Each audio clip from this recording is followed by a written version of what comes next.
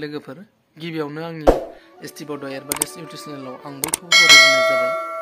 लोगोसे दिनै जोङो हग्राजुलि बियाबाव एबसुनि गल्डेन जुबलि जानो नागिरदों। बेयाव जोङो आंनिनो लोगो देरहासार फंबाय आरो आं जों सानैखौ नैबे एबसुनि गल्डेन जुबलियाव सनितपुर जिल्ला एबसुनि गल्डेन जुबलियाव माबा सावगारि पेन्टिं खालामनो लेंहरदों आरो बेनो सावगारिया। दा जोङो बेयाव सानैजों फैनानै बाहागो लाफैदों आरो जों इसेबां माने रोंगौथिबो गैया, माने जोंखौ जर जबरदस्त लेंहरनायनि थाखाय जों फैनाय जाबाय आरो जा हायो नाजानोसै, बिथांमोन थिननाय बायदि जेरै थिननाय ओरै खामानिखौ मावनोसै आरो जायो जाया। बिथांमोना नै नायनो हागोन, बेयाव दङ।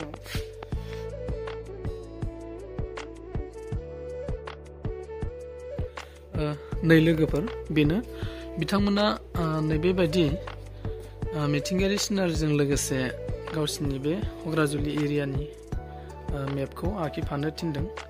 दा बिथांमोना थिननाय लेखा जोंबो सिम्पलि बेबायदि महरखौ होबाय। बेयाव एसे साजायबावनांगौ दङ आरो बेखौ जोङो उनाव एसे खालामबावनाय जागोन। जाबा दा आखिनाय जाबाय, नै नोंथांमोना नायदो।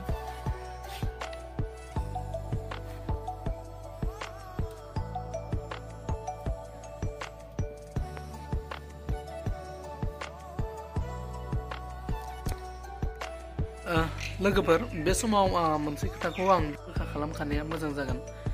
बेनो जाहैबाय नैबे जाखिनि सावगारि एरनायफोर नुदोंना, आरो लोगोसे बैयाव जोंहा फंबाय सासे एरबाय थादों, बेफोर सावगारिफोरखौ ओरैनो नुनायाव एरगिरिफोरखौ नुनायाव आरोना जोबोद स्टेन्डार्ड आरो जेबो खस्थ' गैया बायदि नुयो आरोना। नाथाय नायनो थाङोब्ला आरो आखिनो थाङोब्ला गाव थारैनो जोबोद खस्थ'। देहा मोदोम साग्लुंजोबलायो, सिनस्रिफ्रा गोबां सायो आरो गोबां आखाइफ्रा रुमायजोबो। बेनिफ्राय मेगनफ्राबो बिराद प्रब्लेम जायो आरोना, मोनसे माबायावनो नायथाबबाय थानाय जायो नालाय। आरो बिदिनो मोनसेनिफ्राय मोनसे गोबां माबाफोरखौ मिलायनो गोनां जायो। बिनि थाखायनो गोबां खस्थ' मोनो आरो सावगारि आखिनायाव, आरो गोबां गोबाव सम लायो।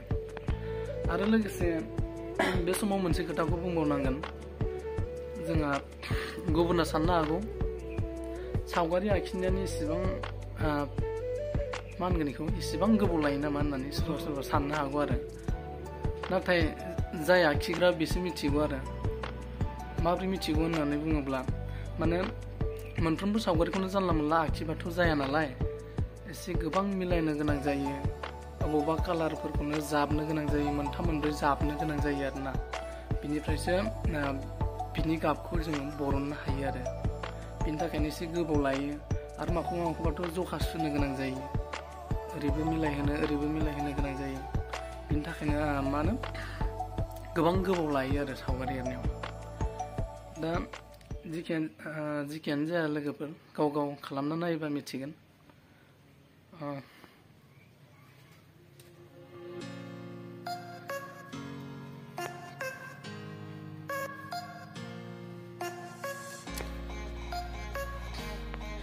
बिथांमोना ओरैनो सिम्पोल नमुना दिन्थिनो होनायनि थाखाय जोङो बेखौ खालामनाय जादों। इसेबां माने मोजां खालामासै जोङो। आरो लोगोसे नै बिथिंजाय जोंहा बिथां देरहासार फंबाया आखिगासिनो। बिथाङाबो गोबां खस्थ' खालायगासिनो, खस्थ'नि गेजेरजों नाजागासिनो। दाबो फोजोबनो हायाखै, जोङो दाख्लैनिफ्रायनो आखिबाय थादों।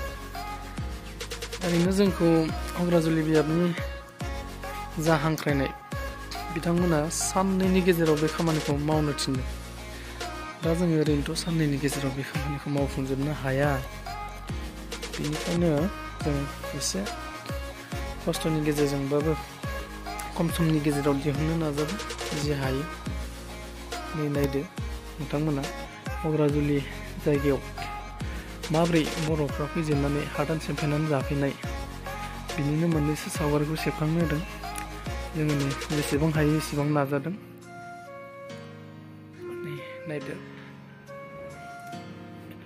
जोङो सावगारिखौ खालामजोबनो हायाखै लोगोफोर, आरो गोबां दंबायो। दासो फारि फारि बानायगासिनो।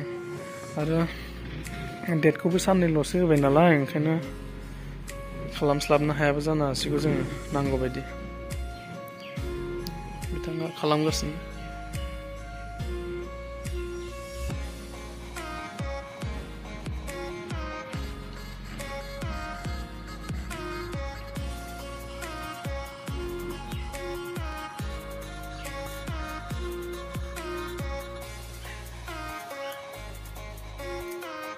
लोगोफोर सावगारिया बेनो बेखौ एसे जोङो दायो गुवारै एसे दोननानै खालामबाय थानाय जादों नालाय बेनिखायनो सावगारिखौ जों मोजाङै दिखांनो हायाखै जेब्ला जाजोबगोन अब्ला जोङो एसे समानै फज'नानै समान जायगायाव फज'नानै सावगारिखौ खेबफिननाय जागोन आरो